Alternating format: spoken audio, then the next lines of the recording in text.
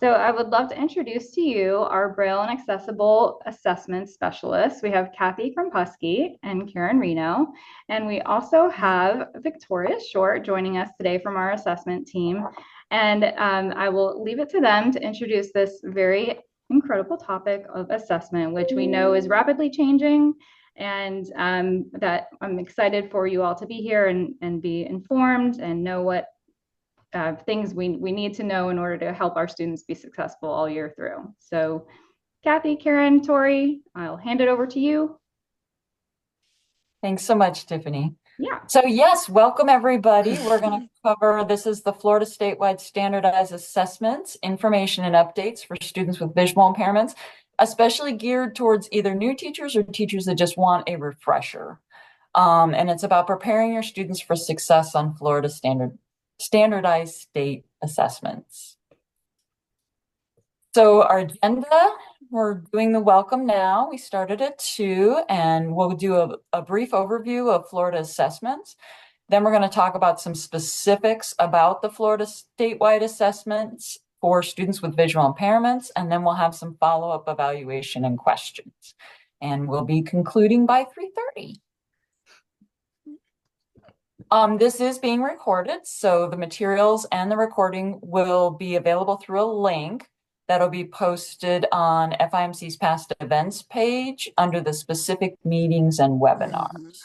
You can also go to this PowerPoint and there's a link. All right, our objectives and in service. So to provide program supervisors and teachers of the visually impaired with an overview of the Florida statewide assessments, assessment information specific to students with visual impairments, and give you assessment related resources. For the in-service, and you can get ACVREP credits, you need the magic code. The opening magic code is FALL, F-A-L-L, FALL. And then we'll cover later how to obtain credit at the end. So important that this webinar is in addition to the assessment training you receive at your district or the local educational authority. This does not replace your district assessments. This is just additional information specific to students with visual impairments. And other topics such as waivers, exemptions, schedule, third grade retention, and that kind of thing. Those are covered in district or local education authority level trainings. And you can find those also online with fdoe.org. All right, like most of things in education, there's lots of acronyms we use. I'm not going to read through all of these, but you have it as a nice list to go to.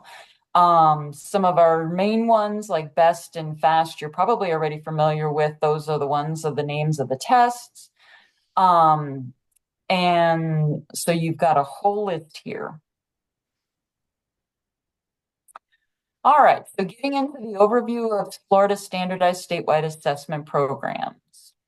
And if there is anything you have a question about or you're not sure, please raise your hand, including any terminology I use or whatever. All right, so we've got this nice chart. This covers the kind of general ed assessments. It's the FAST STAR, the BEST, Science and Social Studies, and you can see kind of which grade levels take which tests.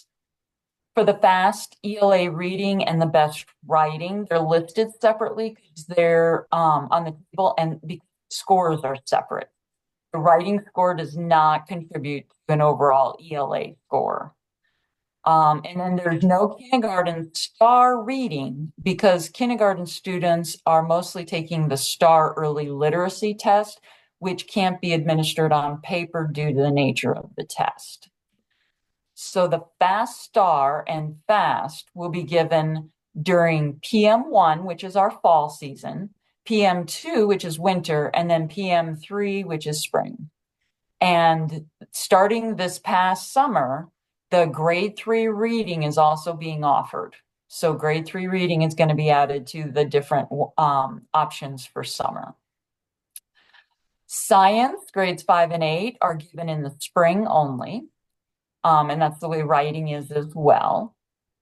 For the end of course exams, so your civics, biology, US history, algebra, geometry, and the fast reading retakes, those are given 4 times a year. You've got spring, summer, fall, and winter administrations of all of those.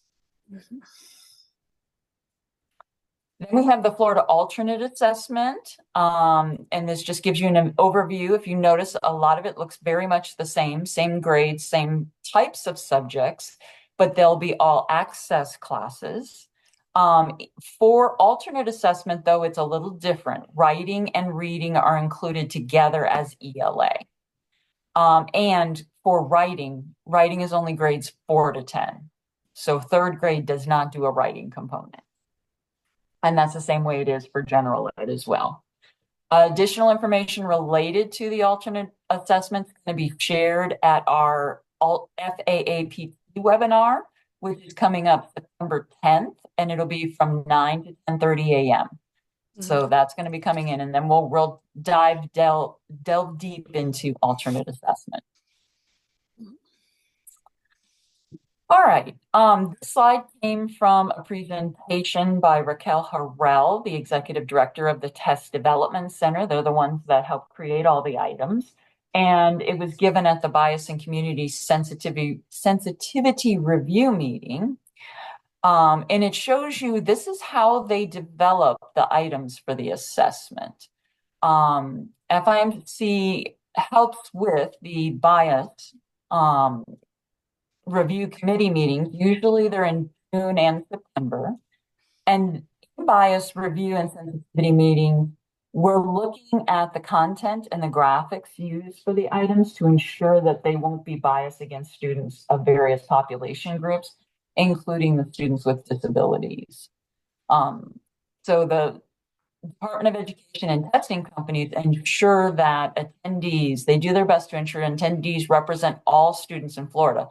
So all the different regions, both rural and urban areas, different county sizes, ethnicities, and gender. And to give you an idea, so all these little boxes are different meetings, and it goes through that process. It goes from item development, the bias and sensitivity reviews, to a content review, then it gets field tested. Then you look at all the stats at the rubric validation to see if the stats are good. And if they are, they do the data review, and then it ends up on a test. So it is a long road before it ends up as an operational test. In 2024-25, to do all of this work, there was 515 participants in 84 different committees, including content areas and bias and sensitivity. Staff from FIMC participated in the review items specifically for students with visual impairments. And so, for example, we're looking at things like, can a picture be accurately portrayed with a tactile graphic or described without giving away the answer? Or does something else need to be used? All right, and then FIMC's role, once the tests are developed, FIMC reads every passage and every item, and an item is like one complete test question, and then gives suggested modifications, but that must be approved by the Department of Education and their Test Development Center. So we suggest what we think needs to be done, and then it's also reviewed by people that are content specialists to make sure that everything is going to stay valid. Then FIMC, we assist with the proofreading. We have 3 Braille reading proofreaders that proofread all Braille notes and Braille tests, because we firmly believe the students are going to be reading all of these tests tactually. So we want the proofreaders reading these tests tactually, because sometimes there can be a difference with how something looks in Braille versus how something feels in Braille. And then if a manipulative is approved for an item, FIMC creates, we obtain approval, and then we ship the manipulatives to districts and local education authorities when it's needed. And then we expect that those will be shipped back to us. All right, so the 2025-26 Braille code information. One note, that using Nemeth symbols versus UEB symbols. This isn't new, but we always like to point this out. Nemeth symbols are only going to appear in math and science tests that are transcribed in UEB with Nemeth, because it's only those tests that are transcribed in UEB with Nemeth. So if math or science type symbols, so like a superscript or a subscript, a negative sign, a percent sign, a degree sign, any of that kind of stuff, if that appears in literary context, such as reading or writing tests as part of a passage or something like that, those symbols are going to be in UEB symbols. It will not be in Nemeth because that transcription is not in Nemeth. So therefore, it's vitally important that the students, even if they're using Nemeth, that they be taught all UEB symbols so that if they run across those symbols in literary, they'll know what they are. And FIMC did present a webinar titled UEB with Nemeth, Bubbles and Beyond, to help people understand when Nemeth or UEB symbols should be used. And there's a recording of this webinar available on our past events page. And I'm sure they'll drop that in the chat for you. All right, moving on, we've had a name change. So formerly what we used to call Access for ELLs, and ELL is English Language Learners. Now the new name this year is WIDA Access. And WIDA stands for World Class Instructional Design and Assessment. And this is a consortium of states in the US that support English language learners. And WIDA Access is the collective name for WIDA's suite of summative English language proficiency assessments for English language learners. And so for 25-26, all of these assessments for these English language learners are moving to computer-based testing, CBT, computer-based testing. However, paper-based testing will still be available as an accommodation. And so Braille will still be available as a paper-based accommodation. For kindergarten, it's going to remain a paper-based test for all students, and no Braille is provided for kindergarten.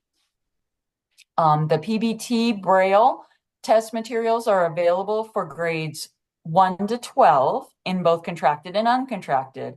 And then when you get to grades 6 to 12, you're going to need to select either UEB Math Science, which is the same thing as UEB, or UEB with Nemeth, because some of that gets into subject matter like math and science.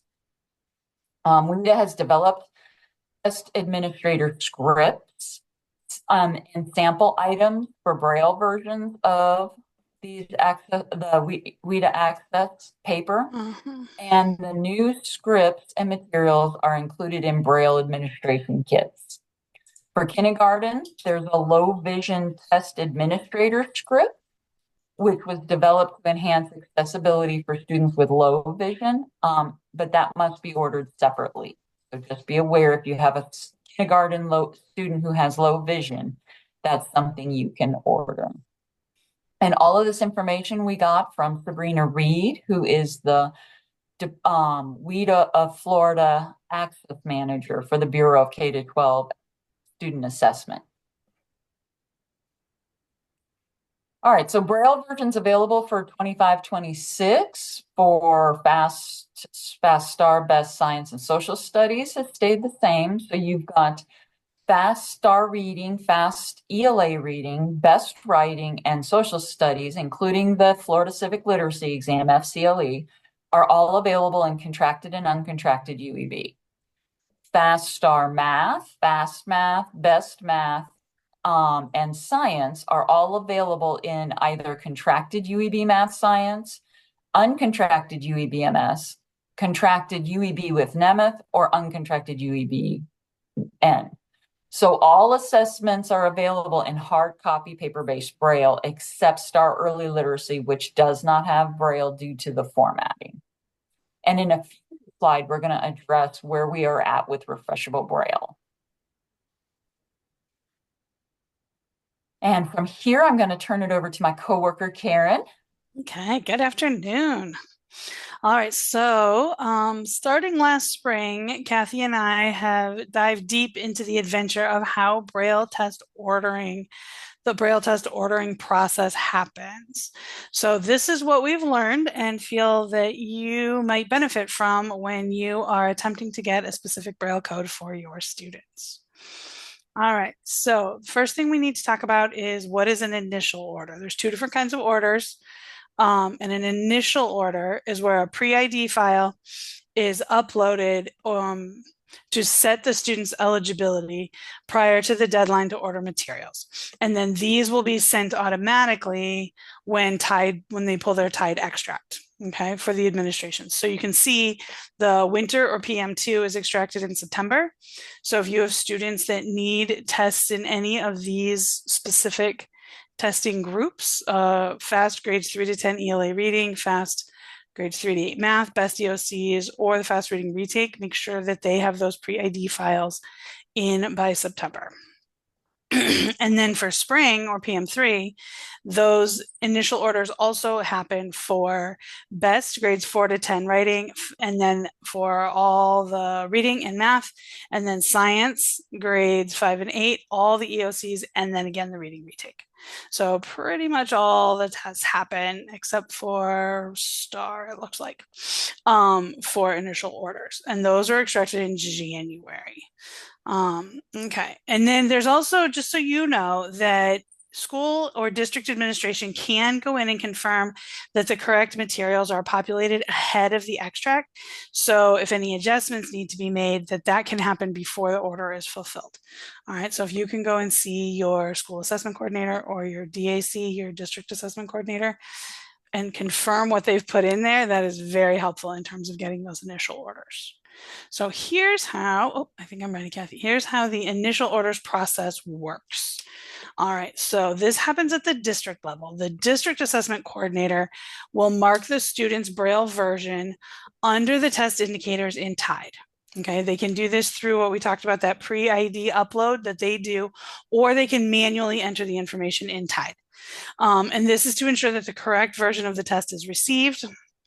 And then for you as an test administrator to be able to enter their responses into the REI. All right, so the DAC will then also upload a PBT or paper-based test accommodation spreadsheet to the share file showing the student's eligibility for PBT materials. Okay, so then once those pieces are in place, then Cambium will go in and extract that information out of TIDE and send it to the Data Recognition Core and Pearson, and that's how the orders are generated and sent to you. So if you have a second, make sure that your students' Braille codes are very specifically put into TIDE correctly. Okay. If there are additional changes, such as you get a new student or your student changes the format of the test they're taking or the code that you want them to use versus contracted versus uncontracted, that kind of thing, the accommodation spreadsheet needs to be updated and uploaded to share file, and then those changes need to be added directly into TIDE. All right, so if it's after that initial order deadline, the DAC can put those in as additional orders, which we're going to talk about next. I know this is a little complicated, but once you go and see your school assessment coordinator, this will really make more sense about what information you use these words, and they will assist you with looking that up in their system. Okay, so this additional order window opens after the districts or LEAs receive their initial shipments. Okay, so the initial orders have been put in, and then once those are sent out to the districts, then they open what's called an additional order window. Okay, and so then if you do order any additional materials, you have to make sure that they upload a paper-based test accommodation spreadsheet as well. All right, and so now we'll talk about those. Okay. Oh, where are we going?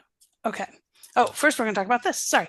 The initial order pre-ID label codes. All right, these codes have been around for a long time. They are used in the TIDE upload pre-ID file or manual entry into TIDE for initial orders. All right, so for FAST, Math, BEST, and Science tests, districts or LEAs can designate one letter for the Braille code that the student will use for math and science. Okay, so this is the code that you really need to choose very carefully and make sure that you tell them which letter you're looking for. Because then if you'll notice below for reading, writing, and social studies, including the FCLE, then they will use, these pre-ID files will use either C or D for contracted UEB Braille. As you can see above, that's for math science. Contracted C is for contracted math science Braille. D is for contracted UEB with Nimith Braille. And then you can see the uncontracted codes as well. U is for uncontracted UEB math science Braille, and V is for uncontracted UEB with Nimith Braille. All right, and then those will work for contracted or uncontracted Braille for those other tests that don't actually have math content. All right, it is very important, this last bullet, very important. The DAC will need both the letter code and the name of the Braille code for each student, because the initial order pre-ID labels need the letter and the additional orders need the name of the Braille code. When they go inside TIDE to do an additional order, it doesn't use those code letters at all, but the pre-ID files use those codes, the C, D, U, and V codes. Okay, so make sure you work with your school assessment coordinator or your district assessment coordinator to make sure that those codes are put in correctly. And remember, those pre-ID files are going to be sent to Cambium or extracted in September for winter, and for spring they'll be extracted in January. Okay, so it's a little sooner than you might think for them to get those initial shipments organized.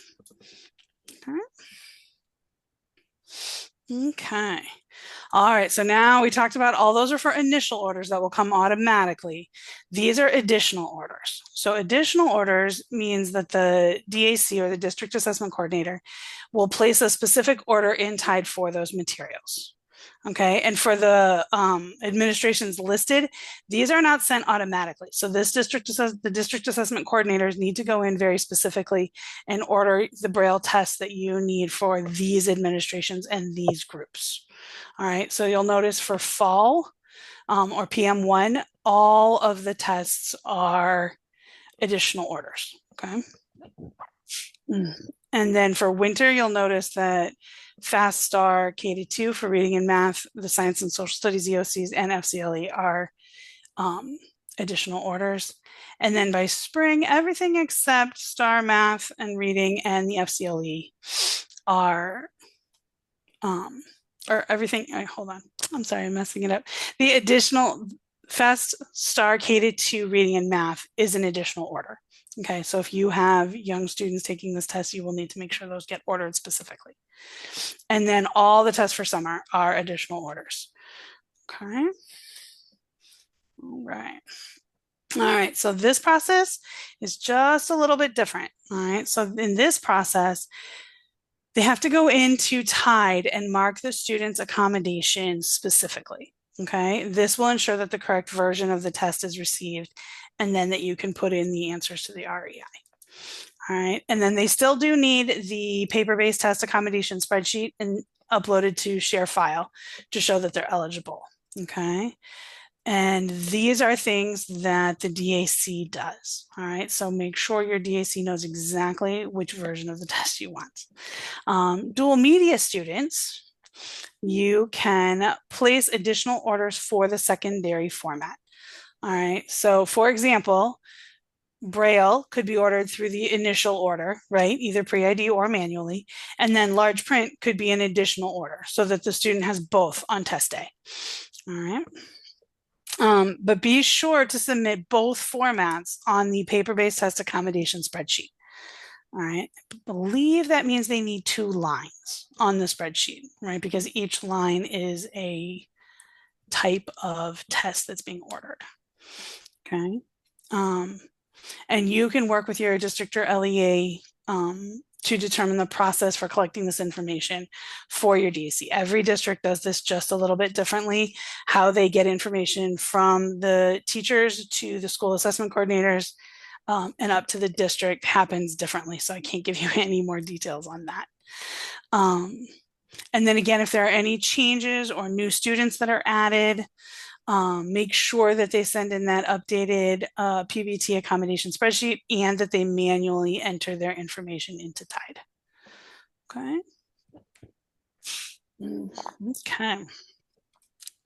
All right, so we still have 2 Braille vendors. This information has not changed at all from last year, but if you're new to the process at all, this may be new to you. So the American Printing House for the Blind, or APH, produces the Fast Star, Fast, and Best assessments. They use plastic covers, spiral bindings, and they have a little bit lighter paperweight. All right.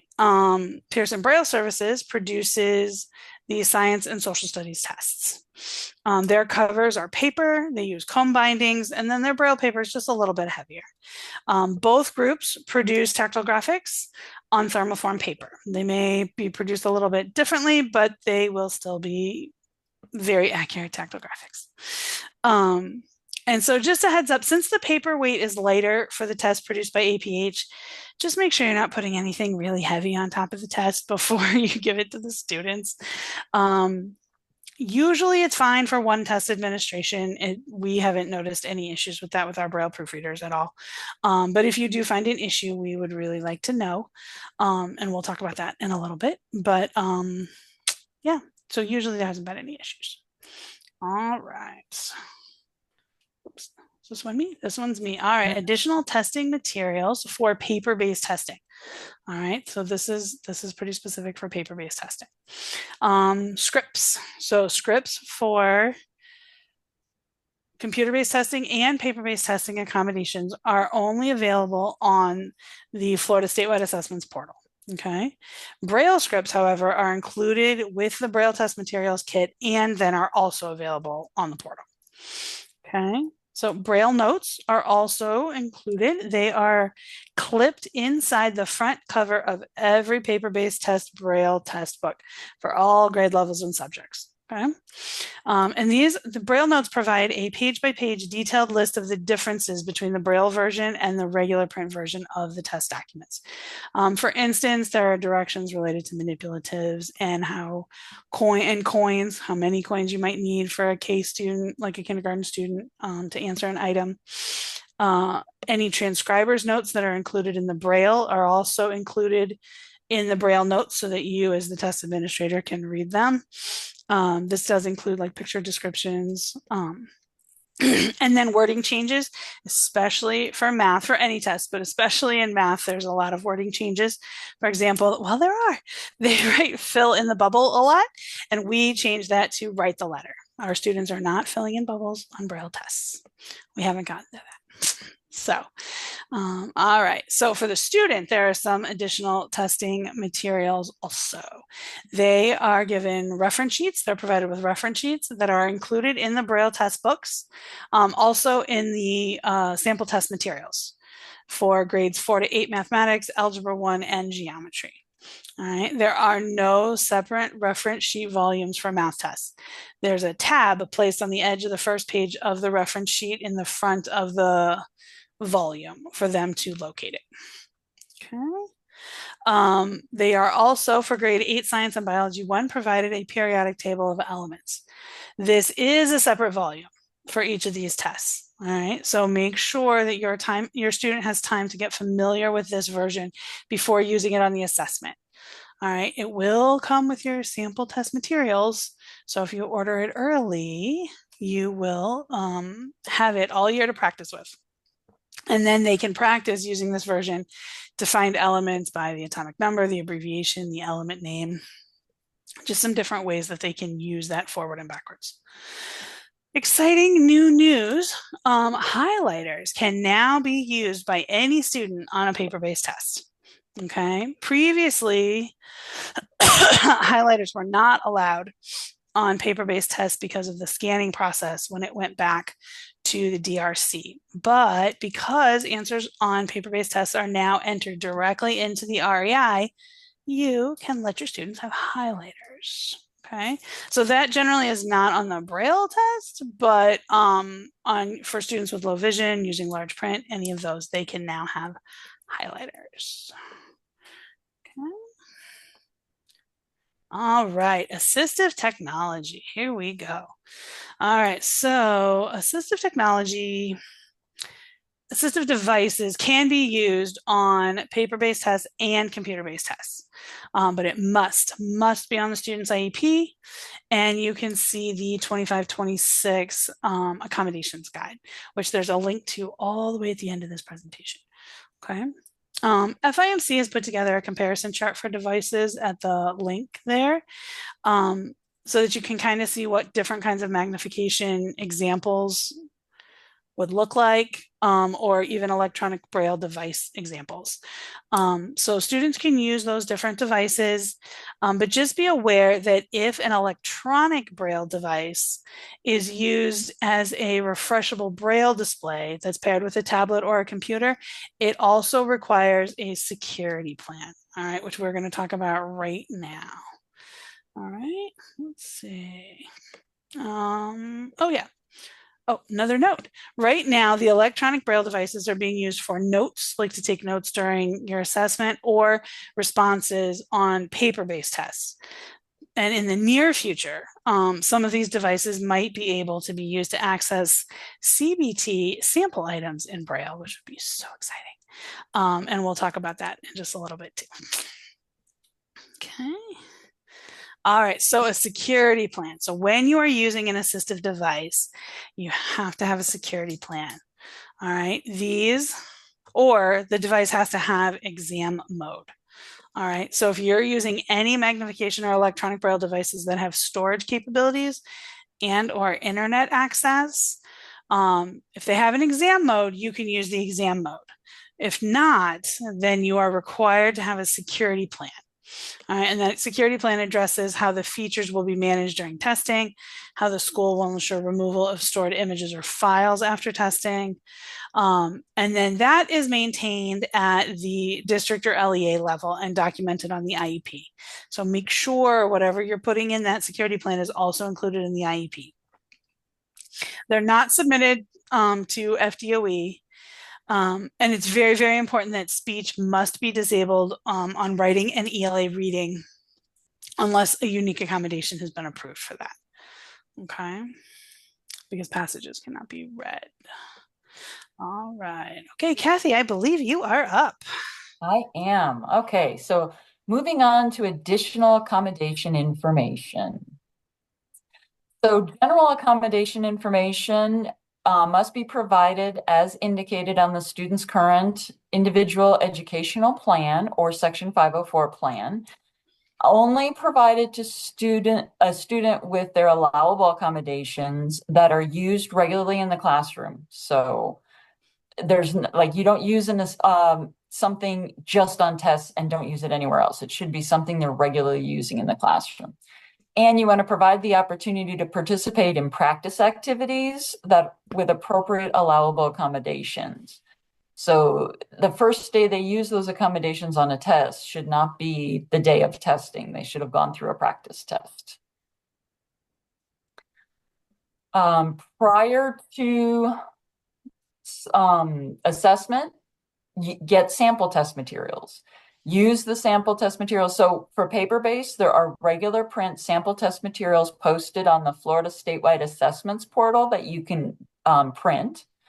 And then for all Braille assessments, there are sample test materials, hard copy Braille versions that are available for order in Tide. So they have to be ordered in Tide through your district assessment coordinator, LEA, and or your school assessment coordinator, depending on how your district has it worked out. For computer-based, make sure your students know how to use the features and determine test settings that work best for them. And do all of this before the assessment administration, well before. So, and then teach students how to use their accommodations. Don't just assume they'll get on and they'll know what to do. Really work with them at it to make sure that that's going to be the best. Because sometimes some of the things, like, yes, they may be able to see the text and that thing, but can they navigate? Can they see the scroll bars? Can they see the mouse? All of that kind of thing. And again, check with your district assessment coordinator or school assessment coordinator to make sure all the large print, one item per page, and Braille practice and operational tests are ordered correctly. Unique accommodation. So in order to be approved for use during testing, a unique accommodation must be documented on the IEP or Section 504 plan. It must be regularly used by students in the classroom, and it cannot negate the validity or threaten the security of the assessment. Requests must be submitted using the unique accommodations request form, and that's provided by the Department of Education and should be reviewed, approved, and submitted by the district assessment coordinators to the Department of Education. The updated forms are sent to the district assessment coordinators each year prior to fall and spring. Each unique accommodation must be approved every calendar year by the Commissioner of Education or a designee prior to its use. New requests or resubmissions for unique accommodations must be made 60 days prior to the administration window, and remain in effect for the calendar year it is approved in. So get that, calendar year, not school year. So if a unique accommodation for a visually impaired student was applied for in October 2024, it would remain in effect to the end of 2024 in December. New paperwork would need to be submitted to apply for a unique accommodation for 2025 in the spring testing. And you can contact Leanne Eldridge at the Department of Education for additional information. Unique accommodation, there are types of eligibility for auditory presentation of passages. And this is the first type for students with visual impairments. So auditory presentation for passages for students with visual impairments that, and these students are without tactile or manual abilities, or the student's disability severely limits their ability to learn Braille. It could be a student newly blinded and has not yet learned Braille, or has been learning Braille due to a progressive loss and has had a sudden decrease in vision and hasn't learned enough Braille to read it independently. So those are some of the reasons a student might get this unique accommodation. It's considered a unique accommodation. It must be requested annually. The deadline to submit for fall 25 is August 29th. For winter 25 is November 3rd. And for spring 26 is January 30th. Passages can be read by text-to-speech or human reader on computer-based tests, or by a human reader on paper-based tests. And then additional guidelines can be found in the request for auditory presentation of ELA passages for students with visual impairments, and we have a link for that. And note, this accommodation can be applied for prior to each administration. So if you get someone that moves in or something like that, you can apply for it 60 days before the window opens for either spring, summer, fall, or winter. This is the second type of eligibility. So this is going to be for auditory presentation of passages for students with a severe decoding deficiency. And so these are students who are legitimately non-readers and not students simply reading below grade level. It's considered a unique accommodation. It must be requested annually, and the deadline to submit for 2026 is January 30th, 2026. Passages can be read by text-to-speech or human reader on the computer, or by a human reader on paper-based tests, the same as the other one. And then additional guidelines can be found at these links. You have an auditory presentation of passages for students with a severe decoding deficiency memo. There's a guidance document, and there's also a 2025 request form. And now note, that's the old form that can give you an idea of what some of this stuff looks like and that kind of thing.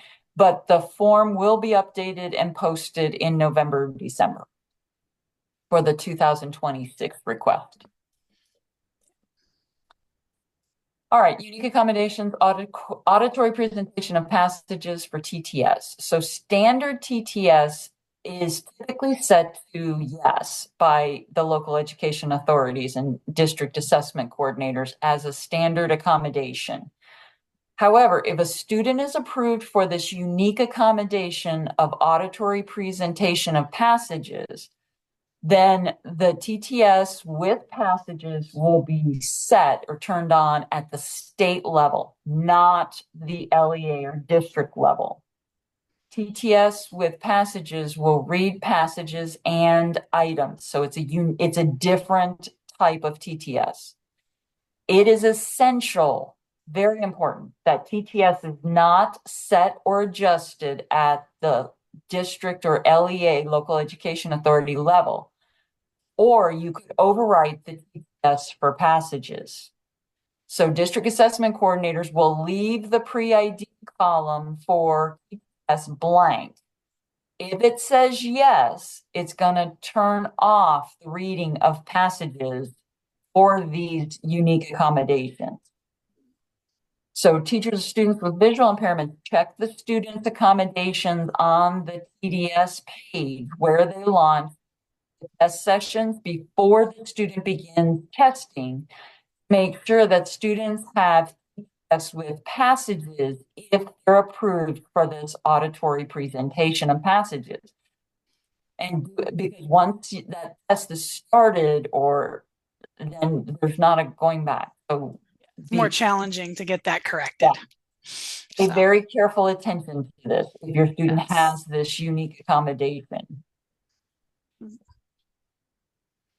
All right, test structure and implications for students with visual impairments. For additional information related to test structure and Braille formatting, consider watching or attending the following webinars. So last year we recorded the Braille Formats 2024. And if you want to or need to prepare Braille examples that look like what they look like in Braille for statewide assessments, this is for you. Transcribers, this is for you. It's very deep dive into all of the formatting for all of the standardized state tests in hard copy Braille. Now, what we are going to be presenting coming up on October 16th at 1:30 is we're having a whole new webinar about understanding the Florida statewide assessment item types and the implications for students with visual impairments. So we used to cover some of that information in this webinar, but we've got enough information. We're going to have a whole separate webinar just on what are the item types and how do you help your student get ready for those challenging item types. So you can click this link to register, and we hope to see you all there. It's also, we can put that in the chat.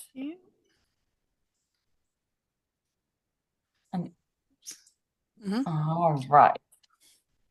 Oral presentation of statewide assessments. So the oral presentation guidelines can be found in the statewide assessment accommodations guide.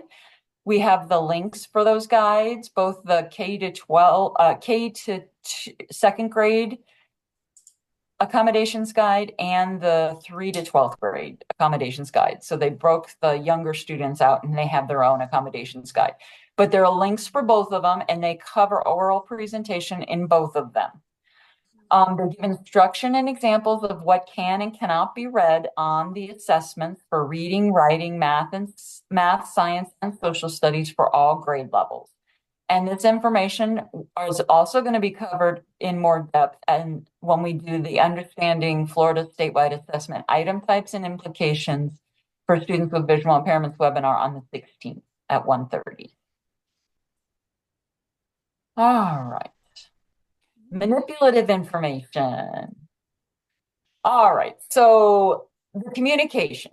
I know at one point there wasn't some very good communication, but we are working on it and we are doing our best to get the word out there.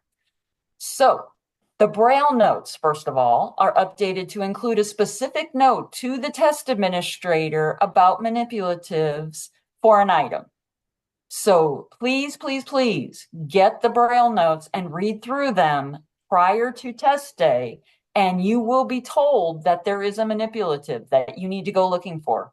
I had this happen to me. I had a student taking a test with somebody else while I was giving a test to another student. And all of a sudden it was like, hey, you need a manipulative. And I'm like, what? I don't have it. And that just causes lots of stress and issues. Don't be stuck like that. So you can find that information here. Also, the Braille scripts are updated, and they are going to have specific information about manipulatives when there's a manipulative for a specific subject. So the Braille scripts will note about the manipulative.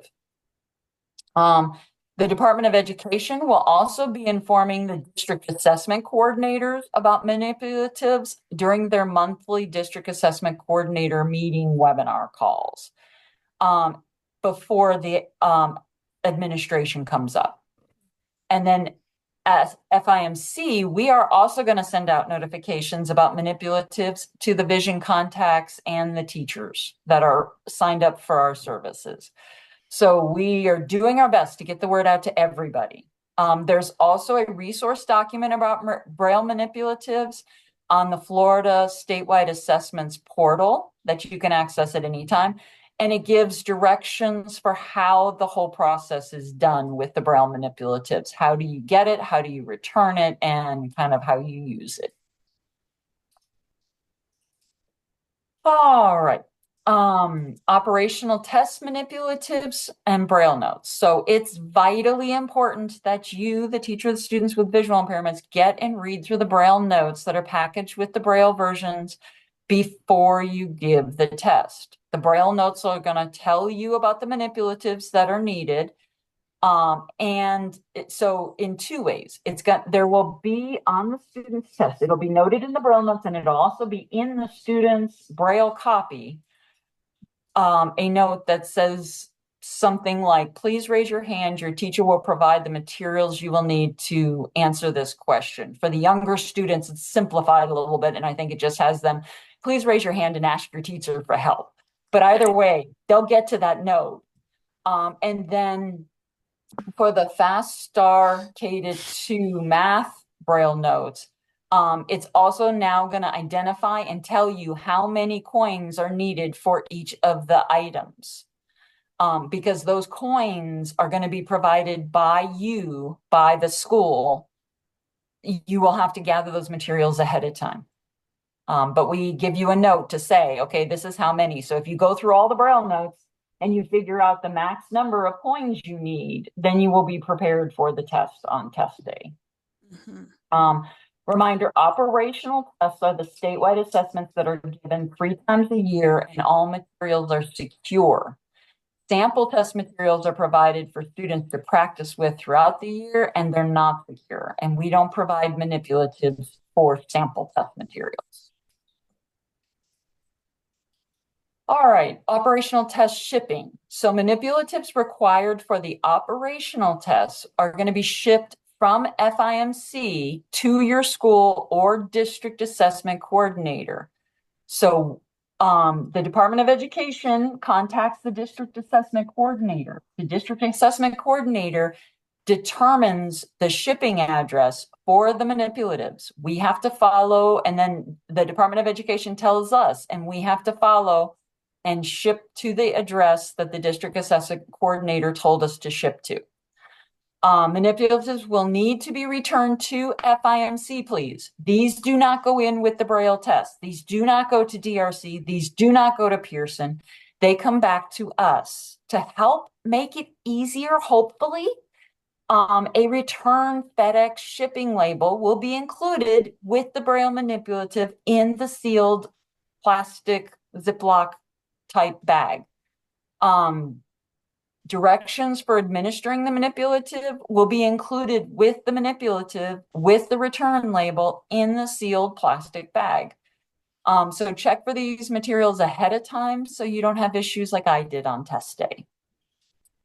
If return label gets lost for some reason, no problem. Just contact us. We can send you another one. That is absolutely no problem. So just let us know. All right.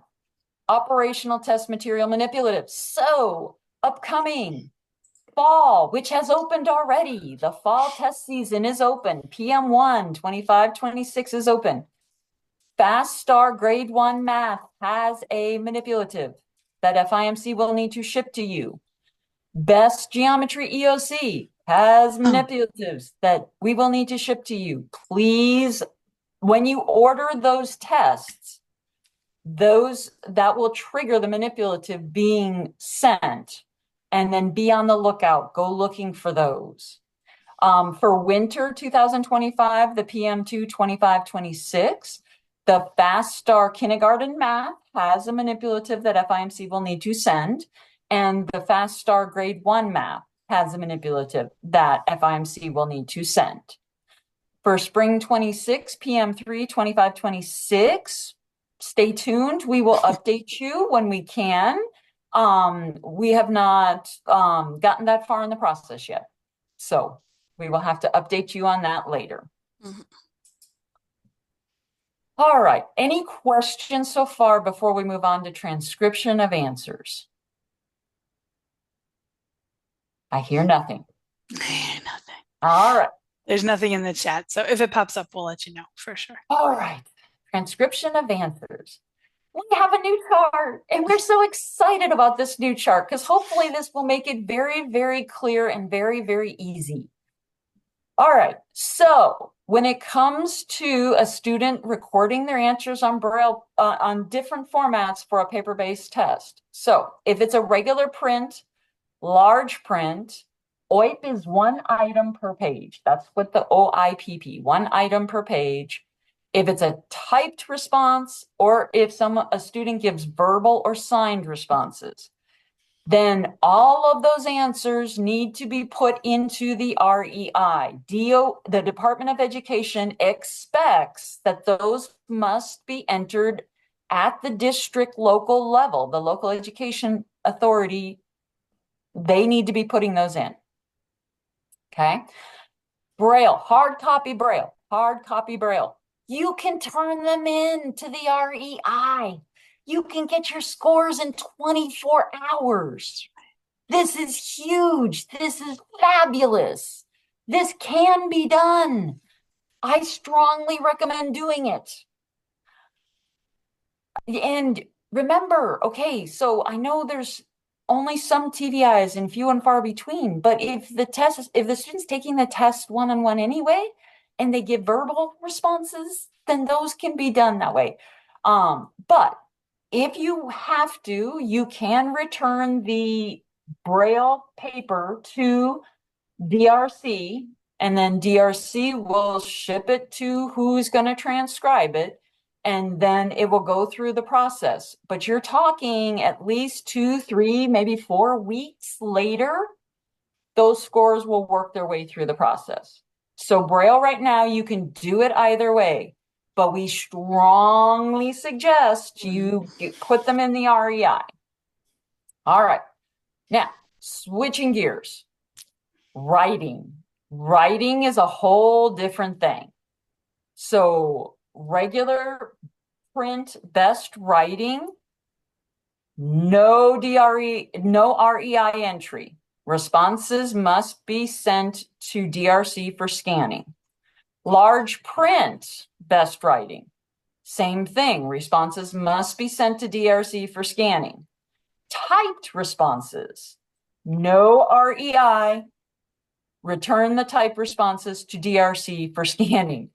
Verbal, if there's a scribe, or signed responses, you're going to transcribe locally into a paper-based test format and then return to DRC for scanning.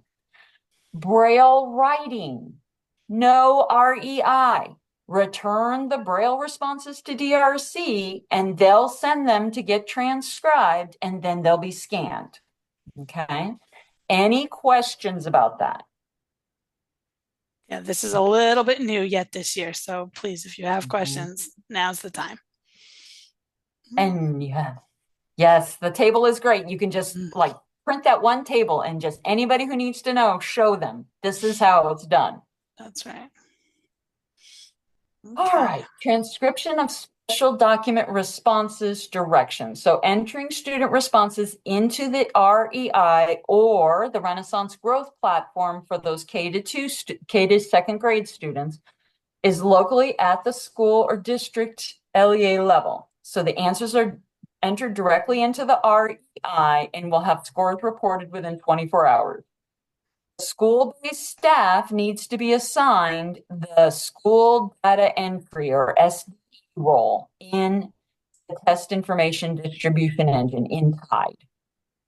The required procedure, any of it, is a staff member enters the student's responses into the REI and another separate different staff member is going to review the entries to ensure the accuracy. And then additional information is available in the Statewide Assessment Accommodations Guide, which is linked in the resources. All right, for Braille student responses, materials are entered into the REI at the local level, need to be returned as a not to be scored. So if you put their answers into the REI, you've already scored their document. They do not get returned. They get returned as not to be scored because it's been scored. Just by entering your answers in that REI, consider it scored. It's done. Responses can be sent to DRC for FAST, FASTAR, and Math EOCs, or for Pearson, the Science and Social Studies tests for transcription and REI entry, but you're going to talk about a whole lot more processing time to get your scores back. Mm-hmm. All right, the Florida Statewide Assessments testing window notes. So paper-based versions of computer-based tests can be administered to eligible students during the entire test administration window. But there is going to be an established pickup date prior to the end of the window for materials to be returned to be included in initial reporting. And this is if you're not going to enter it into the DEI. If your student's going to put their answers on Braille paper and then send their answers in, if you want their answers in the initial reporting, you have to make that deadline for that. Tests returned after the established pickup date are going to be in late reporting, whenever that late reporting comes out. But again, if answers are recorded directly into the REI, then you get your scores in 24 hours and you just send back the materials as not to be scored. Mm-hmm. Okay. All right, and here I'm going to hand it back over to Karen for the computer-based tests. Okay, so computer-based tests, all assessments given by the state of Florida are computer-based. If you have a paper-based assessment, it is an accommodation. All right. And then obviously we've already said before, PBT tests are available for everything except Fast Start Early Literacy. All right. Now you can see there are some computer-based features that are available for all students. All right. Oh, this is what I did. Okay. There has always been enlarged print size, but this is new this year. There's a dyslexia-friendly font. If you have not seen that before, it is really interesting. Go into the new Secure Browser 18. This is very important. The dyslexia-friendly font is only in the version 18 of the Secure Browser. Okay, it is not in 17, which is what we all tested with last spring. Okay, so make sure you get the updated version and then go in and check it out because it's really interesting how it's laid out. Then you know that there's a zoom feature, color contrast, that you can adjust the mouse pointer size, the line reader, and then the built-in highlighter. All right. It is also new this year that the accessibility tools are going to be available throughout the entire assessment. All right, there's in the upper right-hand corner of the browser, you know, where there's little menu items across there. Now there's the little guy that looks like the accessibility guy. And so if you click on that, then they can change their settings now at any time during the test. Remember, it used to be if they wanted color contrast, if they picked, you know, a yellow background with black text, you were stuck with that for the entire test. Even more fun when they pick magenta. But now they can go in halfway through and they can change that. They can have a blue background with yellow text. for just the passages, and then they can go back to a white background with black text to read the items. They can change it at any point throughout the test, okay? Which is really interesting. That never used to be the case. And then also just note that the enlargement and zoom accommodations, they work within the size of the testing window, not the size of the monitor. So it more just depends on how large your testing window is as to then how much zoom you're going to get from that. And also reminder that unauthorized software will never work within the secure browser, okay? Authorized software, however, does. See our next slide. We are very, very excited about this update today. Zoom text, which was on a trial with a couple of EOCs and FCLE last year, is now going to be available for all computer-based statewide assessments. Super exciting, big shift in our world. So starting fall 25, there are some things you're going to have to do to make this happen for your student. Yeah, I see the clapping hands coming. DACs will need to complete a form to request this access, okay, for all the subjects in grades 3 to 12, all right? There is no special permission needed for Fast Star grades K to 2 because that assessment is taken in a regular browser, not in the secure browser, okay? It's just a different program and a different lockdown of the whole computer. So this is in addition to the computer-based features that are available to all students. It's very important when you're using Zoom text that you use the magnifier only, not the speech that's built into Zoom text, okay? Students who need the text-to-speech accommodation need to use the built-in text-to-speech or it doesn't work quite right. And also it's really important that you have Zoom text turned on prior to loading the secure browser. All right. We're suggesting in our little test of the way that Zoom text works, teach your Zoom text shortcut commands ahead of test administration. This really better not be the first time they've ever seen Zoom text used because they're going to be lost with it.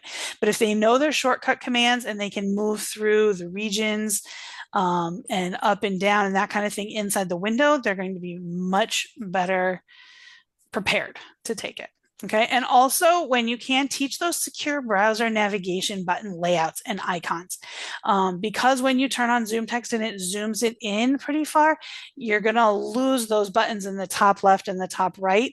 So if they know what's on the left and what's on the right and the top, then they'll be able to know they need the next button or the back button. The pause button is up there. On the right side is going to be the little accessibility navigator and the exit button, that kind of thing. There's just some different things in different places, and it'll be really helpful if they kind of know where they're at on the screen inside that secure browser. Even in the sample test, sample item site, that'll really help. Okay, so lots of practice, but very exciting. Okay. All right, now next exciting news. Here we go again. CBT Braille Access is a whole new acronym for our world, CBTBA. We're getting really good at saying it in our little world, and we hope you will too. This is the next step in the process. In spring of 2025, a Braille pilot was successfully conducted and gave us lots of helpful information about using JAWS and refreshable Braille displays on computer-based tests. Huge shift in our world, huge. So now, because of all the information that we gained, and thank you so much to anyone who participated or assisted with that Spring 25 Braille pilot, it's really guiding our process as we go forward into the next stage. So really, really exciting. And we hope you're all ready to just step right on board and try out this next piece with us. So currently we're working on developing sample items that we're planning a targeted release of in winter of 25. That may be December, that may be January, it could be February. We don't know yet, but it's getting there. We're already working on it. We started with grade 5 tests, grade 5 sample items, not tests, grade 5 sample items. We are developing reading, writing, math, and science for grade 5. And then we wanted to keep up with social studies, so we're adding civics also. Okay. When you access computer-based testing sample items, you can use any grade level at any time. It doesn't matter what grade level your student is or anything like that. So once these are released, a 10th grader can go in and look at these grade 5 items, and a 3rd grader can go in and look at them. You can go in and look at them all by yourself, as long as you have the JAWS and the refreshable Braille display to see how it functions all together. Okay, so, and we will then continue developing more grade levels, as we're going to see here next. So we have a multi-year tentative progression plan. All right, we are looking forward, as you say. So first we're going to do sample items in the CBT format. The next thing we're going to work on after we get grade 5 and civics done is to do the high school assessments and the EOCs. Okay, then we'll move on to the additional grade levels until sample items are available for all grades and subjects. Okay, and then once we have sample items for all those grades and subjects, then we will move on to fixed form for what we call a non-high stakes test, right? So PM1, fall testing, PM2, winter testing, we'll do an operational test. Okay, and then after those have some success, then we will work on a fixed form spring PM3 operational CBT test. Okay, CBT Braille test. With the final goal, as you can see, there are many steps in this plan, but the final goal is going to be adaptive Braille assessments, which is just going to be so exciting when we get there. So anyway, so we are very excited about this process moving forward. We are working very closely with Cambium, FPOE, to really create a quality product for our students to then be able to access these tests on the computer. Okay. I'm going to put in one more plug for our webinar in October. We are also going to add to that a couple of slides about the kinds of prerequisite skills that students will need to be able to access these items easily. You know, if you have a student who's just dabbling in using a refreshable Braille display, maybe we can give you some guidance as to, you know, what kinds of skills we would love to see them have before they take on these CBT-BA sample items. Okay, so any questions about that? I see it's very exciting. Okay. Okay. All right. On to calculators. All right. Calculators. You can use calculators on fast math tests, best math EOCs, and science tests. All right. Here's the list. The rules for calculators have not changed as far as who gets a calculator and what types of calculators they get. K to 5, no calculators, not on math or on science. Grade 6, you can have, for math, you can have an approved 4-function calculator.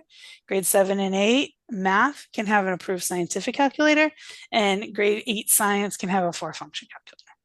The end of course exams, algebra and geometry can have approved scientific calculators, and in biology, you can have a 4-function calculator. Okay. There is a calculator and reference sheet for statewide assessments that is right here. Perfect. All right, so hopefully we will stick that in the chat as well. Please go and read this. This calculator and reference sheet policies for Florida statewide assessments gives you all the information you could possibly want. And it does refer to 5 approved calculators and then a list of prohibited functionalities. All right, so calculators on the approved list are not accessible. That's been the case for a long time. But locally approved large key and large display or talking calculators may be approved to students who require them as long as they meet the functionality requirements. All right. So you can get a calculator from somewhere else, get your school assessment coordinator to look at it and say, yes, they can use that calculator. Now, for paper-based tests, handheld or the Desmos online calculator access must be provided for each student. Okay, for computer-based testing, handheld calculators may be provided to all students in addition to the online calculator that appears in both the operational and the sample tests. Okay. Now, Desmos online calculators can be used in conjunction with computer-based testing, but they have to be used on a separate device. Now, the Desmos online calculators we're going to talk about in a second are accessible with screen readers, so that's really cool. But generally, and in the future, that will be helpful. Okay. All right. Let's see. Okay.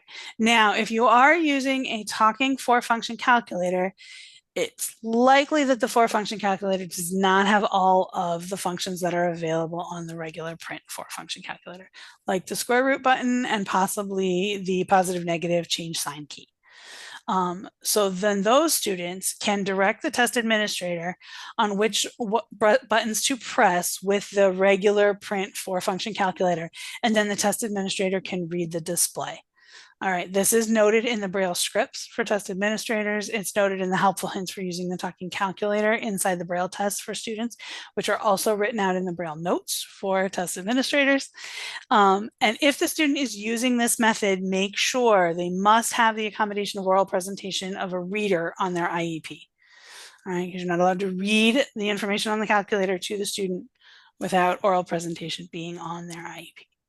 Okay, now, long ago, FIMC purchased Florida-specific Sci Plus 2300 talking scientific calculators for use on the Florida assessments that are available that were previously talked about. Now, note that this policy does not apply for AP exams, PSAT, SAT, ACT, the CLT that we heard about. Like maybe we need to update our list a little bit now. For any other test, it only works for Florida statewide assessments, okay? These other tests, they all have separate requirements about what types of calculators can be used and what their features can be, okay? All right, on to the Sci Plus 2300. All right, so this calculator has been modified to comply with the state of Florida's Department of Ed requirements for calculators on state testing. They must use the headphones. You can see that they're plugged in on the side of the device, and they must use the headphones for speech. We do have at FIMC limited quantities of the Sci Plus 2300, and you can make those requests through the loan library request form. The loan is only for 90 days, but it is definitely worth a trial, and then districts or LEA should consider purchasing for year-round use to ensure that the student is familiar with the device and that it's available when it's needed for educational purposes and that kind of thing.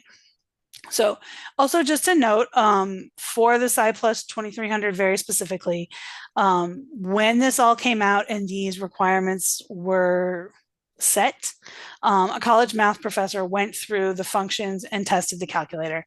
Then they noted that all the functions work correctly, but in the book that comes with the calculator, they did a strike through on the trigonometry functions on page 18. So making it look like it's turned off, but it is not turned off. So it does work. It's a typo. And then everything else is marked correctly. All right, so we can provide these to you for testing purposes. And we do recommend that maybe you order it a couple of times to try it out with your students if you can, or spend some really good educational time doing it early in the year and then order it for testing as needed. We are exploring other options, especially as we talk on the next couple of slides about Desmos. There are some really interesting things coming out. No longer make, oh, right. Thank you, Colleen. Colleen noted in the chat that they no longer make this particular one, but I do believe they are now making the Sci Plus 3300 as a talking calculator. Is that right, Colleen? Do you know? We'll find out, but I'm pretty sure that that's true. So yes, the numbers have changed, but they do still make one. Okay.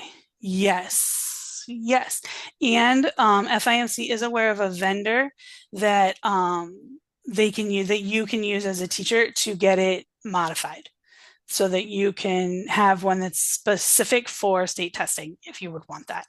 So certainly reach out to the contact information either at information@fimcvi.org, or you can email Kathy or I, or even Tori at the end of this presentation. Our emails are in there.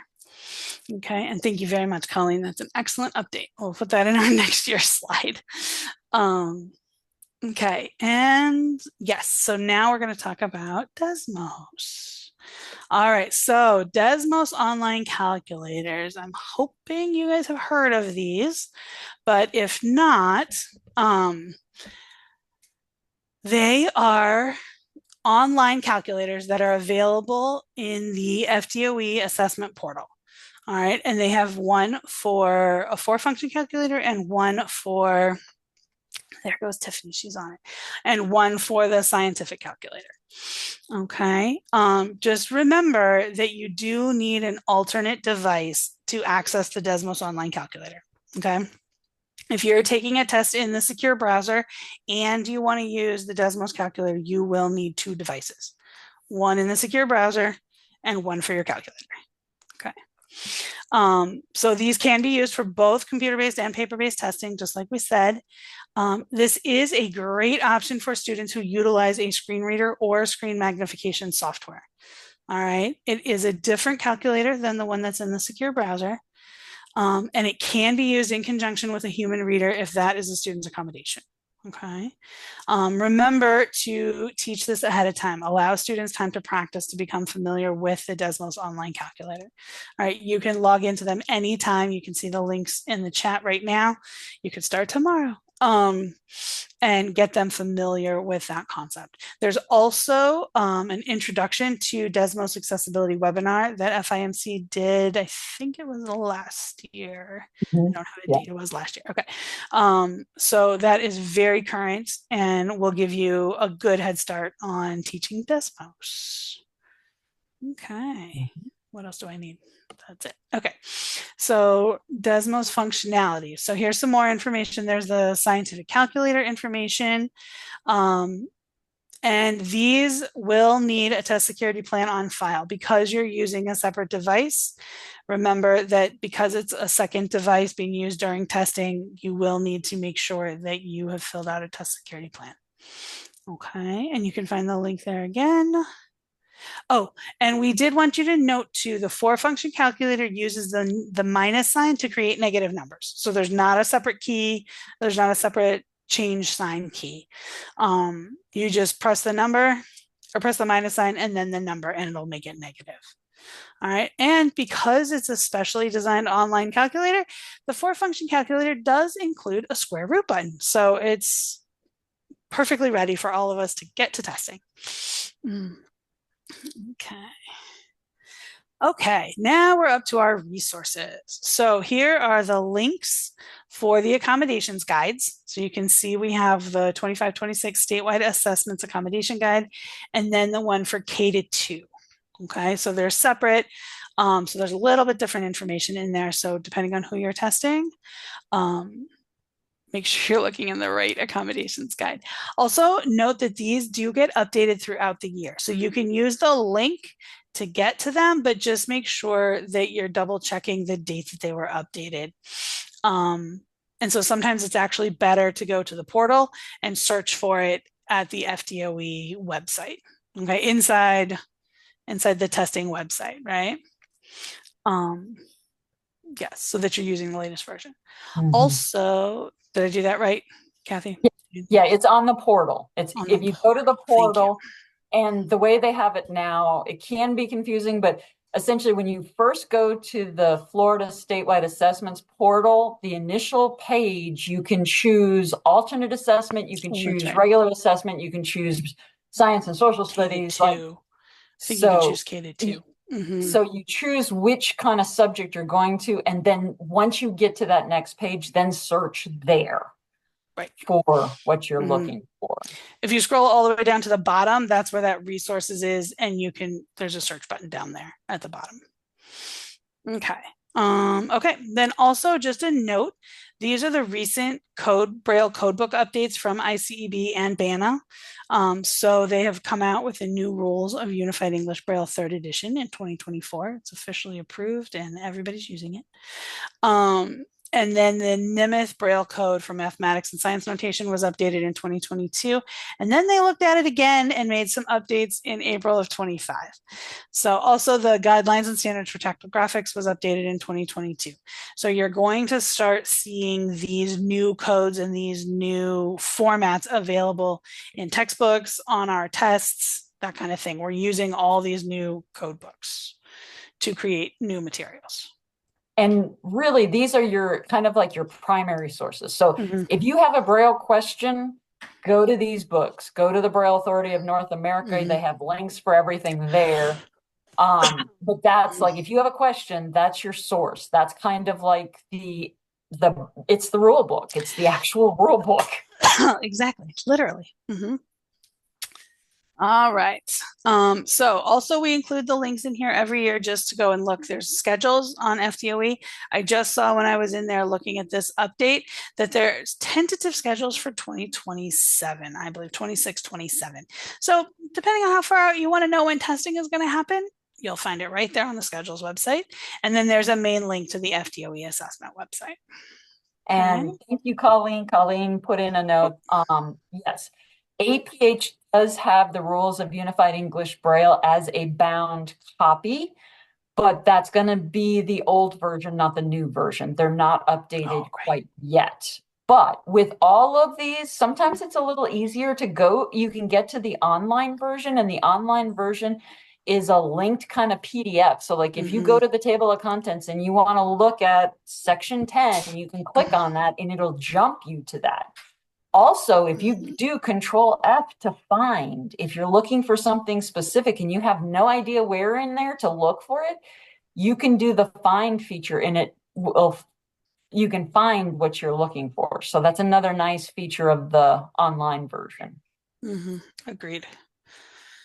Okay. Right. Can you tell we use these resources a lot? Okay, do you guys have any questions at this moment? I know we just threw a whole lot of information at you, and I have one more thing I want to tell you, but if you have any questions, now would be the time. Not seeing any, and I know we're close to time. Okay. Yeah, we are. We're right on, Kathy. It's like perfect. Okay, here we go. Let's see. Oh yeah, so here's our contact information hold on, let's start with Leanne. We already talked about Leanne, who's the accommodation program specialist at Florida Department of Ed. And we wanted you to note too, your local DACs are also an important resource. You can certainly go to them and ask them questions, and they should certainly be able to reach out to Leanne at FDOE or another resource that they have that they can look into to get you the answers that you need. Here at FIMC, Liz is our project manager, and in your accessible assessments department, there's Kathy, myself, Karen, and Tori, and you can email any of us at any time. With any assessment questions you have, we will do our very best to get you the information you need. We would much rather you ask ahead of testing than wait until it's over and be like, did I do that right? So please, we welcome your questions, okay? Anytime. All right, last piece here, feedback about Braille assessments. There is a survey on Braille assessments on the Braille versions of our Florida statewide assessments, all right? They have always included information or a place for you to indicate quality issues that can be related to the Braille paper, the Braille dots, the Braille notes, the scripts, tactile graphics, any of the thermoform pages, any of that kind of stuff. The binding, the page numbers, any of that. So please, it's a really simple form. Go in and look at that and fill that out if you have any issues with any of your tests, any edits, any errors, anything. And this year we are kind of dabbling in a new process. We know that sometimes when you order a Braille test, that sometimes you don't get the right version the first time. And we're trying to figure out how that happens. So if you'll get in there, if you find that you have received an incorrect Braille code in an ordered test, we have updated this survey to include that information. So if you can go in and do that ASAP, it's really important that we know that like as soon as it happens, that you got the wrong one, they reordered it, and within 2 days you had the right one. But then we want to be able to go in on the backside and look at how that happened and where it was at. So we need to know that right away. You can fill out the survey here. You can email me just or Kathy or anyone, and they will make sure we get it. But just make sure that if you do get an incorrect Braille code, we're really working hard to field that in from around the state. All right, now this survey is available year-round for any test administration. It is on our forms page, and Tiffany has put it in the chat for us. Thank you, Tiffany. Or you can scan the link here if you want, scan the code here if you want. All right, last page, here we go. Okay, this is our official wrap up. Please, we are willing to stay on if you have any questions or want any additional information. What? No, go ahead. Okay.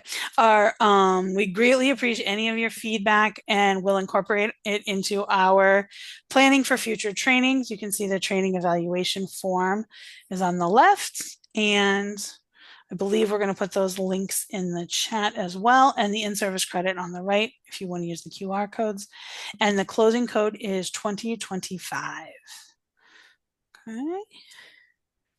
All right. We appreciate your feedback. We appreciate your time today. Thank you for joining us. And if you have any questions, feel free. You can stay on, and we would be more than happy to answer them. Yes, thank you. Okay. All right.